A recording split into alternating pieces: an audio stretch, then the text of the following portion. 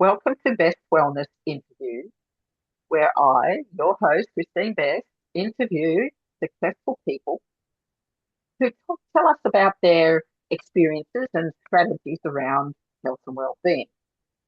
Now, today, my guest is Jennifer White, and she's from Ontario, Canada. Welcome to my show, Jennifer. Hi, thanks so much for having me. You're welcome. Now, you've got a really good story, which is why you're on my podcast. And that doesn't mean to say it was all good, but it is a really good story that people need to hear that adversity is not the end of the world and that we as human beings have the capacity to overcome those circumstances and live a really good life in spite of it, right? So would you like to spend, Absolutely. yeah, so would you like to spend 2 or 3 minutes telling us who you are, what you do, and how come you got just a synopsis of how you got to where you are? Sure. Well, very quickly, I was a registered nurse in Ontario for over 33 years and worked in a variety of different settings like hospitals, community, long-term care. And I'm a mom of five, two of my own and three step kids. We're a blended family. And I have a wonderful little dog by the name of Molson who kept me company. And one day, I was retired and enjoying life, traveling, doing the things you do. One day, just wasn't feeling well. Found out I had a brain tumor that was going to kill me and had to come out. So, briefly, had the brain surgery in January of 2024 and discovered when I woke up from my coma that I couldn't speak, I couldn't walk, and I didn't recognize my husband at the end of the bed. So that began a journey of reinvention. Wow, that's pretty heavy.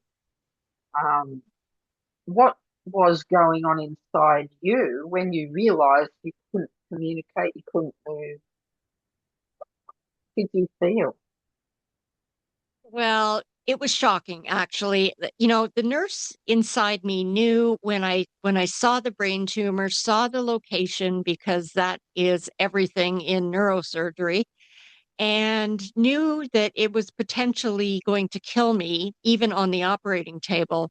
I had really had that conversation with my family and Mm.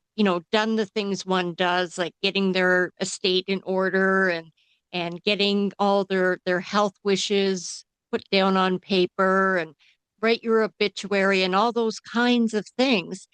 So Oh, when I woke up, I was actually quite shocked. First, I didn't know I had been in a coma. Of course, I didn't know it at the time it was happening, only mm, found out about it after the fact. But when I realized that I couldn't speak, that was really frightening to me because you're so used to communicating that way. yeah, And, the nurses were saying to me, don't panic. We can't understand you. Your brain's not working properly yet. Give it time. And so, I kind of took solace in that, knowing that, yeah, they're probably right. I probably just have a lot of things going on. But I think what was more profound to me was I didn't recognize my husband of 20 years standing at the end of the bed. And, you know, I, I wondered who he was. And of course, he was utterly devastated that I didn't know who he was. yeah, So that created some interesting times ahead. yes, that would have been a big challenge and very upsetting for him. Upsetting that you had to Yeah. have this operation to start with, which would have been pretty traumatic for him as well as you and your family. But when you didn't recognize him, that would have been a double whammy. And I can Yeah, it understand the was. hurtful sort of thing, but it's really good. He obviously stood by you and kept, being by your side. Yes, he's been my caregiver for the last 2.5 years. Now I'm probably 95% back to being fully functional. I still Mm. have some challenges. I look okay in terms of I look healthy, but Yeah, I still have bad headaches and I still have extreme fatigue and I still have, some days when I don't speak very well and mix up words. So it's not perfect yet. We're getting there. And, for him and I, we just realized over the last couple of years that, he's got 30 years of memories. I've got none. And so we basically started over. We're married, but we're dating. And we're Ah, just trying to, yeah, good way we're to just get it. trying to kind of regroup and get to know each other because I've changed. My personality has changed. My likes and dislikes have changed. Wow. And so, the things that brought us together originally don't apply anymore. So we're trying to create a new relationship going forward. So it's been interesting. Wow, that's profound. So Mhm. I was going to ask you something else, but well, okay, yeah, why not? We can come back to this one, but I wanted to go back to where you were preparing.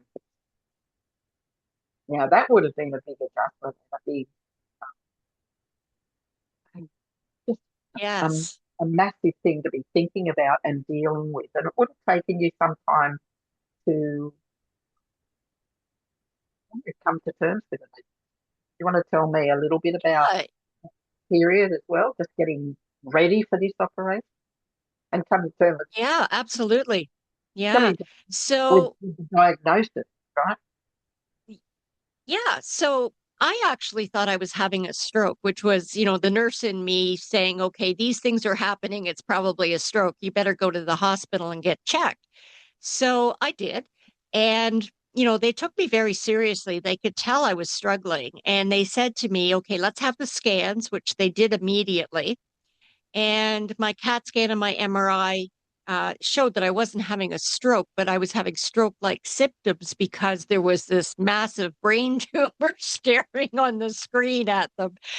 And so the nurse in me was horrified. It was like, oh no, this is bad. This is really, really bad. And when they told me where specifically it was in my brain and it was cutting off an artery for blood flow to my brain, I knew I was in trouble. So it was over Christmas time actually that I had just gotten diagnosed just prior to Christmas, and they were closing down the ORs to allow the staff to have Christmas with their families. They always have a few available, but they don't do sort of elective surgery during that time if they can avoid it. And so I was put on this emergency call list. So my cell phone was my lifeline. And that's good and bad because every time the darn thing rings, you think, oh, here it is. Here's my moment. And I Yeah, have 2 hours to get to the hospital. mm, So over Christmas, our family celebrated Christmas, although it wasn't a joyous time. It was more a gathering of, getting together and telling stories and laughing and preparing and having those tough conversations. And they were tough conversations because I was clear on what I wanted. I was sort of resigned to the fact it was going to happen. I think the family struggled more than I actually did. yeah, Um, but we got through it. Yeah. yeah. Bigger that would be a big thing to have to declare to your family and for them to Yeah. deal with well, because you obviously were aware of risks involved in this Yeah. operation. But Yes. but if you didn't Yes. And have yeah, there really wasn't a choice. I mean, we either had to try and take it out or it would kill me. So it was kind of, do we delay that or do we try and go forward and just take a chance and hopefully things work out. And they did. They did. pretty awesome. And now coming back to the thing we were just talking about, your husband didn't recognize stuff. And so tell me a little bit about what, like, and your whole life, you couldn't remember the memories of the time you spent No, with him. So that no. that is a massive um, gap in your life. How did you deal with that and Yeah. cope with that? I mean, that really was my biggest concern was that, I was married. I had a ring on my finger, but I couldn't remember anything about it. So it was, expressing to him, I'm really sorry, but like, I don't know who you are. So we just decided then and there that we would just start over. And, I thought he was kind of cute. I knew I probably would have dated somebody like that. But it's funny when your memories are gone and it's like, oh my goodness, like what's next? You just don't know what's coming next. No. So, So yeah, he was obviously gracious in the way he handled that. He obviously loved yeah, you. he was an angel. He really was. He's been so good in terms of looking after me, making sure that things were happening that should be happening, taking me to appointments because I wasn't allowed to drive for almost a year and a half. Right. And so I relied on him to do a lot of the housework, the laundry, the cooking, the cleaning, all of the things that I normally would have done. I just was too exhausted to do it. So he was great. He stood by me. Um, and every day is a bit of an adventure, and that's okay. It's just the way it is. And I'm probably one of the few people in the world who have been married for 20 years, but don't know that they've been married for 20 years. That's extraordinary. That's it's really amazing that you've stuck together and I don't know, recreated your relationship. Um, I was just sort of thinking of something that's kind of gone now. So, what? How long ago was that you had the operation? So this about 2.5 years ago. Okay, so yeah, see, people don't realise the recovery period for something like a brain operation. Your your whole body is it takes at least a year for most surgeries, major surgeries on people's bodies, and people don't realise. They think, oh, I feel okay, and then they push themselves after a couple of months and realise I'm not ready for that Yeah, surprise. Yeah, because the body is healing itself, and that takes energy. And if you're doing all this other stuff, you're taking the energy away from the healing. So you've really got to give yourself plenty of rest time to have it properly. So did your husband get out? absolutely. Did he get out the photo albums and things like that? And you were looking at those? Yes, we did go back and look at photos. It's funny, some things came back, but a lot of things didn't. I'll get a sense of deja vu or something when I've been to a place, and I'll say to him, "Have we been here before?" And he'll say yes or no, and I'll say, "Okay," because I kind of have a feeling like I've been here before, but the things didn't really trigger that quickly. One of the things that happened with my brain surgery is I did have a bit of a stroke during the surgery, which is understandable. And I had to really learn how to rewire my brain. And this is why I talk about this to people is I want them to understand that, the brain, even though it's a very specific and delicate organ, Mm, it has the ability to find ways around obstacles. So part of my brain, specifically, for example, by walking, I couldn't remember how to walk. And basically, we had to retrain my brain by me being like a 2 year old, getting up and falling down, getting up and falling down, and relearning how to balance and basically rewire my brain to be able to do it. The same with wow, speech. I could think of a word, I could write a word, but I couldn't say the word. So we had to figure out a way to train my brain to be able to use language again. So I ended up writing, which is where books started coming from. When I was working with my speech therapist, he said to me, "Can you write words down?" And so I just started very quickly jotting a word like hungry or tired or frustrated or angry. And it Mm. was the word that I wanted to say, I just couldn't say it. And one of the other ways we worked with the language issue was he had me listen to different voices with different tones, and I was able to hear clearly a man's deep voice. And so we he would use like a man's deep voice in recordings and have me start to repeat the words that the person was saying. So it was all an experiment, really. I mean, he used the things that he knew to use, but for me, it was just like starting over, starting like a little kid, starting to learn language again. And then very quickly it came back as I started writing. And it Right. again, just reprogramming. Yeah, Wow, very interesting. The yeah, brain is really remarkable, isn't it? And yeah, it is. there are pathways in the brain that people do not use, but they're there, and we could open them if Yeah. we wanted. Yeah. Yeah. And when you're talking about healing, you have to be willing to heal. Like as a Mm. nurse, I saw a lot of people when they were faced with hardship, give up and curl up in a ball and just fade away.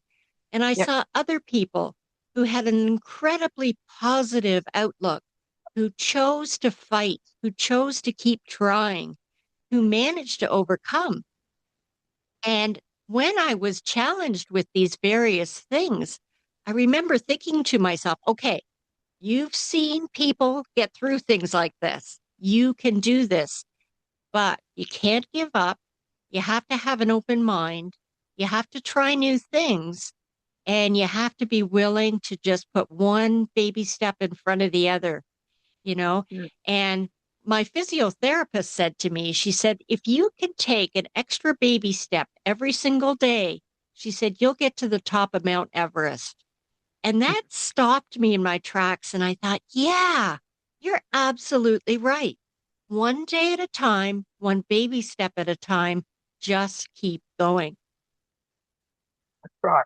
If every little step, when you stand there and look back at the ones you've taken, you can see the progress you've made, and that is inspiration and motivation. That's Yes, right there. yes. Yeah. And there was something else you said that I thought really good. It's the recipe. The recipe is to just take one step at a time and to have that hope, because when you give up that hope, it changes the hormones that circulate around your body. And when you're Oh, stressed, it changes the hormones that circulate around your body. But when you have a positive outlook, frame of mind, that changes how your body is working, how your brain's even working, because you're starting to put those hormones around that help to build you up. Because the cortisol and all of that just drags you down and actually breaks your body down. So it's detrimental to you. So what people do, like what you did, that's um, that's a very, very good example for people in life generally, because that's the recipe to a happy life. right. And, it's important that people understand too that the circumstances that we're in at any given time that we haven't been able to control, for me, it was loss of speech and walking. But for other people, it might be financial or relationships or something like that. Yep, They're temporary. You have the power to change them.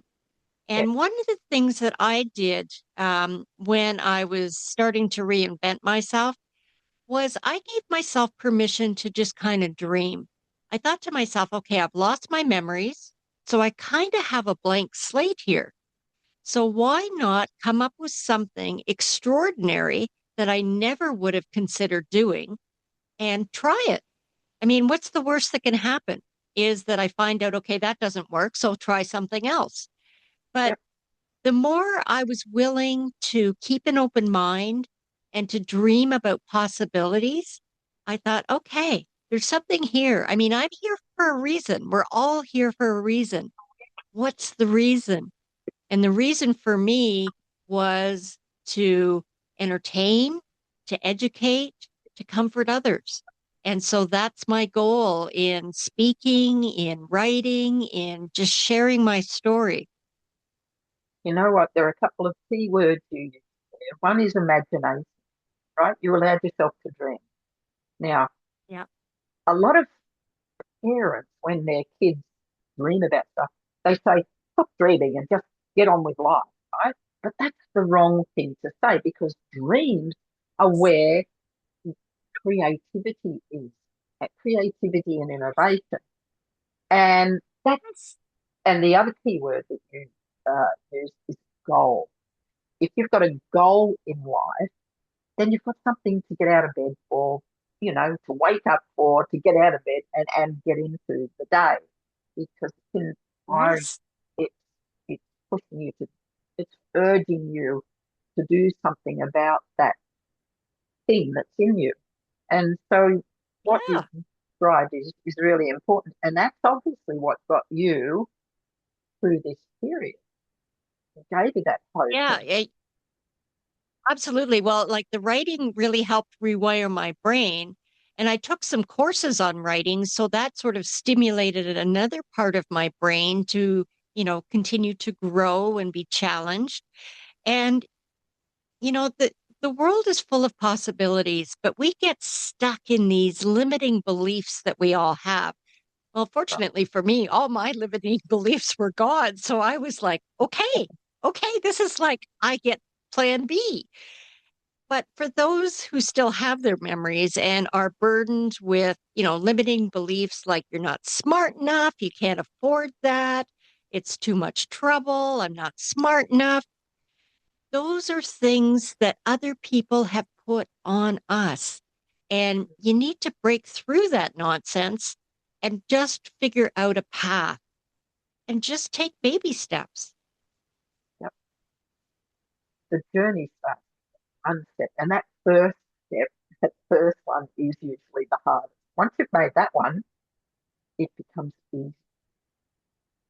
It does. It does. And it's not easy making that first decision to make that first move. I mean, Now, it's intimidating sometimes. I was extremely frustrated, but I just refused to be the person lying in the bed watching TV all day. I just couldn't handle that at all. It was like, no, get me out of here. And the only way I'm getting out of here is if I figure out how to walk again.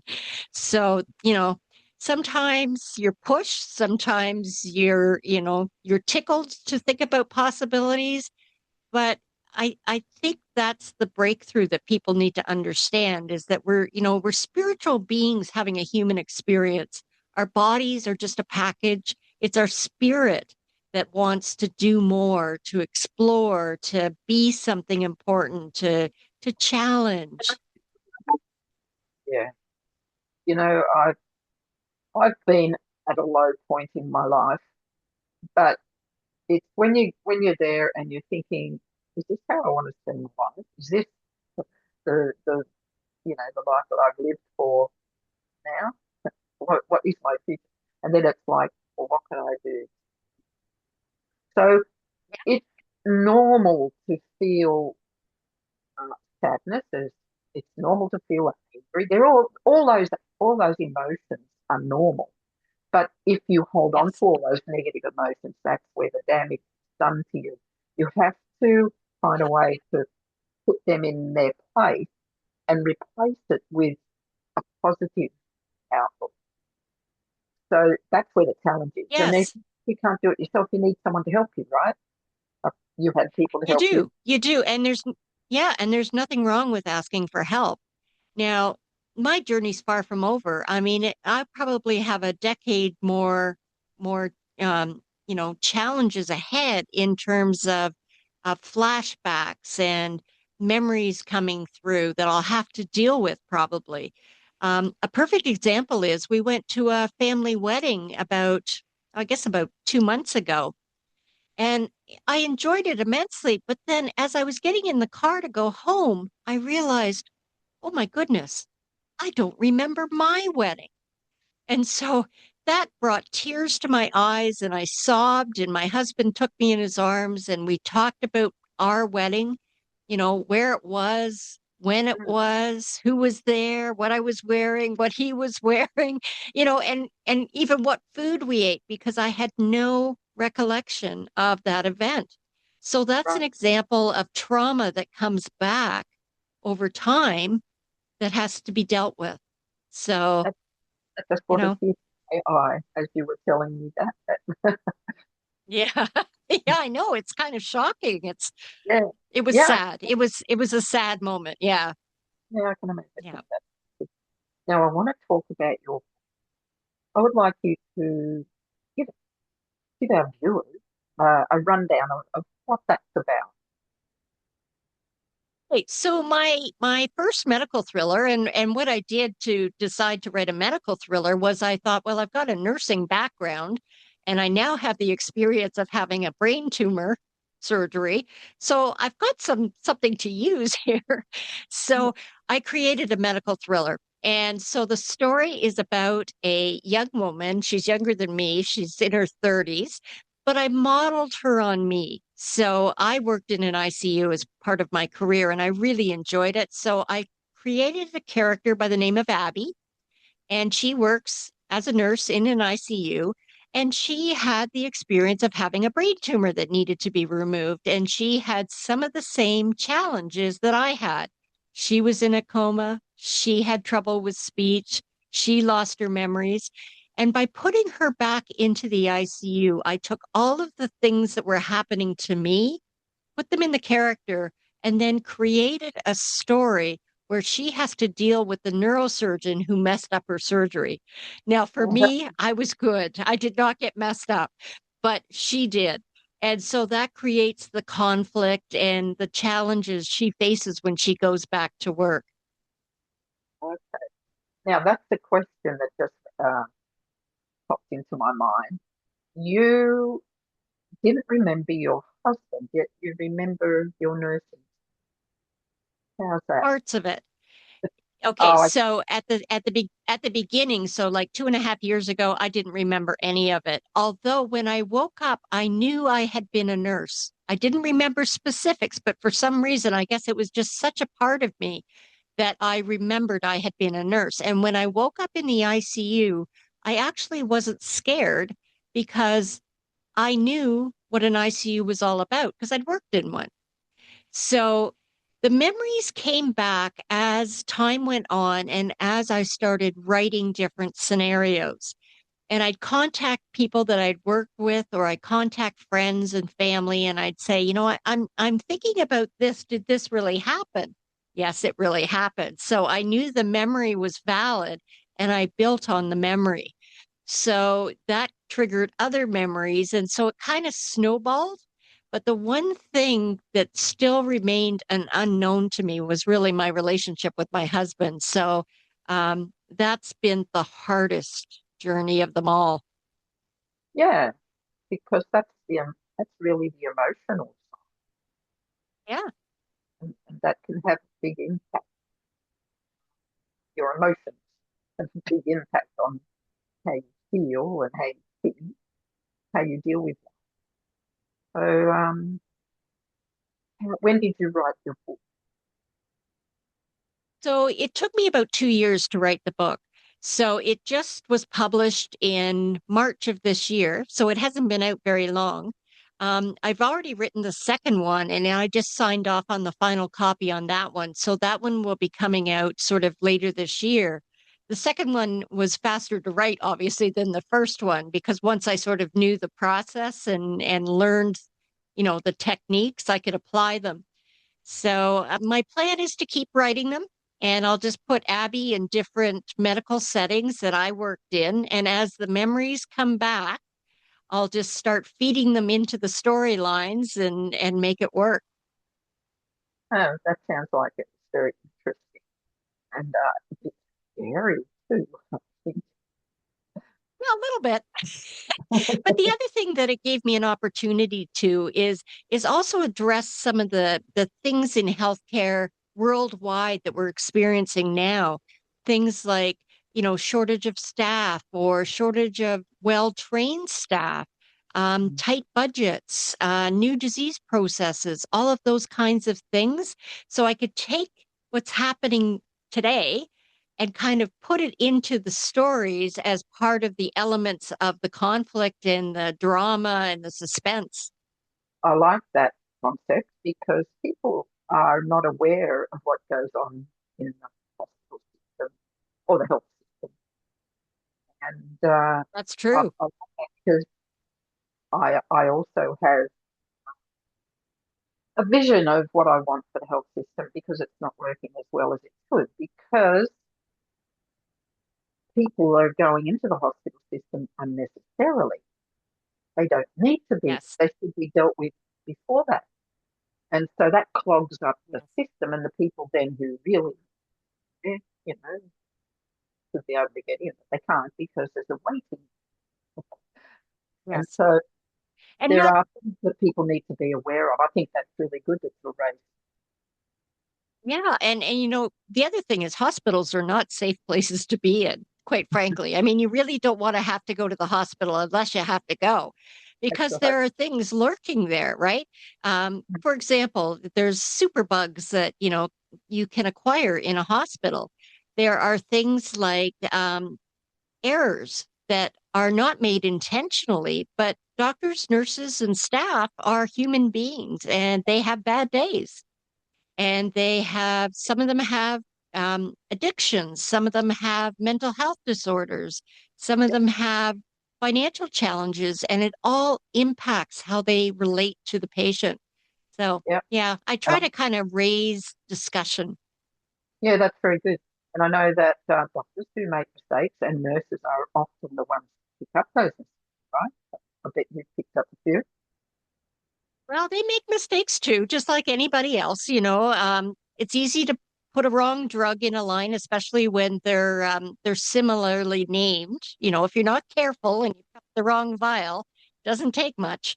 So, Oh, it is what it is, but I think it's a good place for a medical drama to take place is in a hospital. And definitely. most of them on TV are always in the emergency department because it's a fast, active place. Well, Yeah, what people don't know is that intensive care units are equally challenging and sometimes more so than an ER. So yeah. it's just a different genre, and it's fun writing the stories. It kind of brings back memories, and it inspires me to want to try and fix the world. Good on you. I like that. And I can't, I'm sure people will be looking out for your next to be very Yeah, exciting. so the second book is called Terror at the Manor, and that deals with a long-term care home. I used to be a director of care, so I oversaw nursing departments. Mhm. And so, in that regard, I saw some things that would, make your hair stand on end. But again, for the purposes of drama and education, it's important. So, my Yeah, website is www.jennywhite.ca, and you'll find the links to where you can buy the books. They're available pretty much everywhere now in Amazon and in all countries. So, yeah, that was it's going to fun. be my next question. So you've already answered that. So that's good. I want people to be able to buy your book. Um, Thank have you. you started your third one? I've just started formulating the ideas in my head, and I'll drop a little hint. It's going to have to do with the donation of bodies to science. Okay. So in North America, particularly the United States, there's a real trade in body parts. So I'm going to incorporate that storyline into the next book. Very good. That should be very I think that in 2.5 years, you've got to a point where no one would ever know there was something happening to you. You know what I mean? Your diction is good. Yes, You're making yes, sense, and you're yes. following the conversation. So I think you've made amazing progress.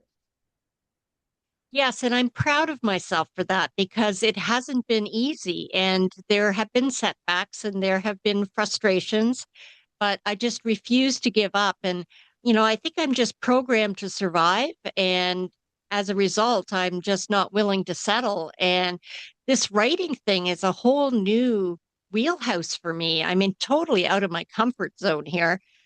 Never wrote before except to write professional papers, but fiction is totally different. And Mm, so I've taken on a task that's really quite daunting. And my husband kind of jokes about it. And he says, never would have thought you'd be a writer, but he's been quite supportive of the journey. that's And good. it has been a journey. It's been a journey on a lot of fronts. Yes. But Yes, it what I, has. But I'm here. Yeah, I'm here to share that, it's possible. I mean, my goodness, if I could go from coma to a best-selling author, I think you guys, if you're feeling stuck, can probably find a way around it. yeah, most people's circumstances would not come anywhere close to what you've been through. And, it, it's interesting how someone can be so affected by a small thing, but on a big thing, they can do something extraordinary. And that means You the know what? person It's who's it's walking with, yeah, it's all about focus, right? And mindset. So instead of saying to yourself something like, "Oh, I can't do that," why not? What if you exactly, could? And what if it was easy?